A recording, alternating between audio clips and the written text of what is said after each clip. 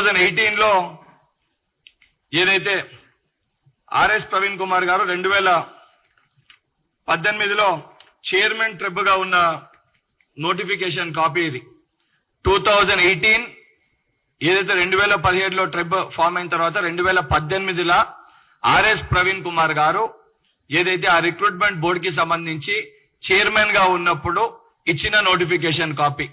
ఈ నోటిఫికేషన్ కాపీలో చాలా స్పష్టంగా ఏదైతే రూల్స్ ఉన్నాయో వేకెన్సీస్ పొజిషన్ లో చాలా స్పష్టంగా జిఓఎస్ నెంబర్ 81 ని ఫాలో అవుతాము. ఆ జిఓఎస్ నెంబర్ 81 లో ఏంటంటే ఏవైతే వేకెన్సీస్ ఉంటాయి అవి నెక్స్ట్ నోటిఫికేషన్ కి క్యారీ ఫార్వర్డ్ అవుతాయని చాలా స్పష్టంగా జిఓఎస్ నెంబర్ 81 లో చాలా క్లియర్ గా పాయింట్ నెంబర్ 9 లో చాలా క్లియర్ గా మెన్షన్ చేసి ఉంది.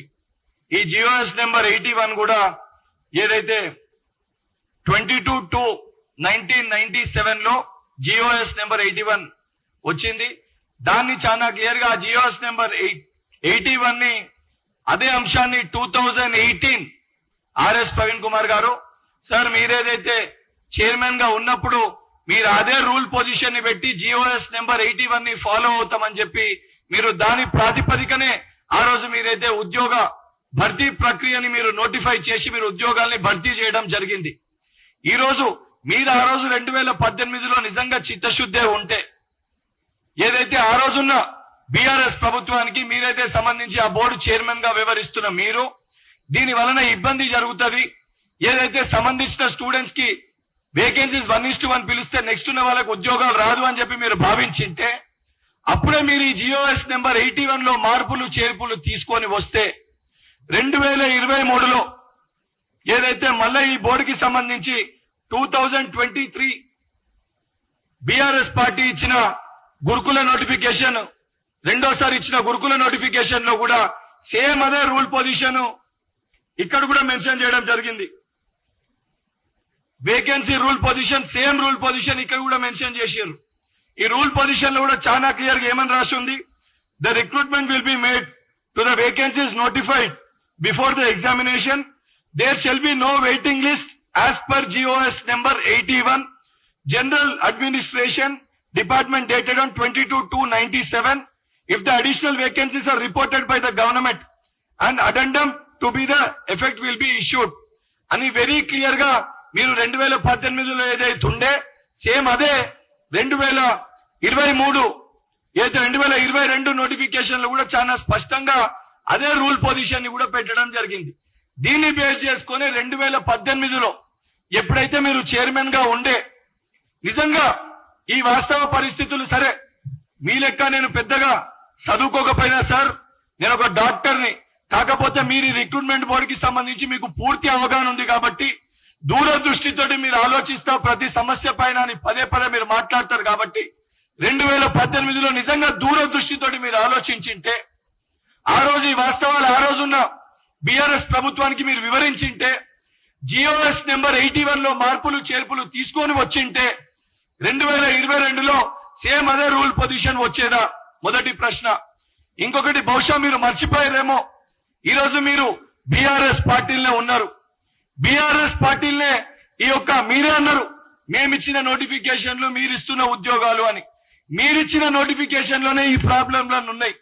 ఈ రోజు ఈ సమస్యలన్నీ ఉత్పన్నం కానికి కారణము కల్వకుంట్ల చంద్రశేఖరరావు గారు ఆలోచన లేకుండా ఏదైతే సంబంధించి నిపుణుల మాటలు వినకుండా మరి బహుశా 2018లో మీరు చెప్పిండ్రా చెప్పలేదా? మరి మీ మాట కేసీఆర్ గారు విన్నరా వినలేదా? మీరే సమాధానం చెప్పాలి దానికి.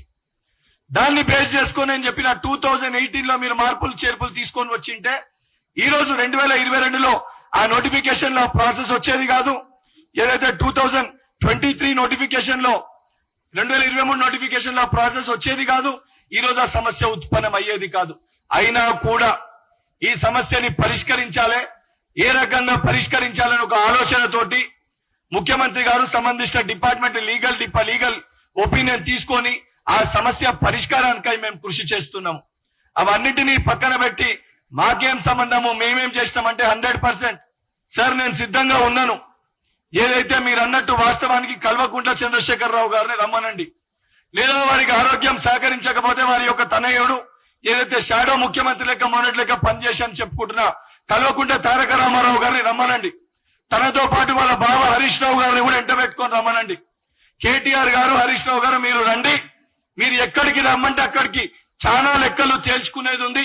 ఏదైతే మీరు చేసిన మోసాలు గాని, మీరు ఇచ్చిన వాగ్దానాలు ఎన్ని మోసాలు చేసిర్రు, ఎన్ని అవకతవకలు జరిగినాయి, ఈ రోజు ఈ సమస్యలన్నిటికీ కారకులు ఎవరు, అసలు జియో 46 తెచ్చింది ఎవరు, 2018లో ఈ జియో నెంబర్ 81 మార్పులు చేర్పులు చెయ్యంది ఎవరు, ఇవన్నిటిపైన చర్చనికి నేను కూడా సిద్ధంగా ఉన్నా.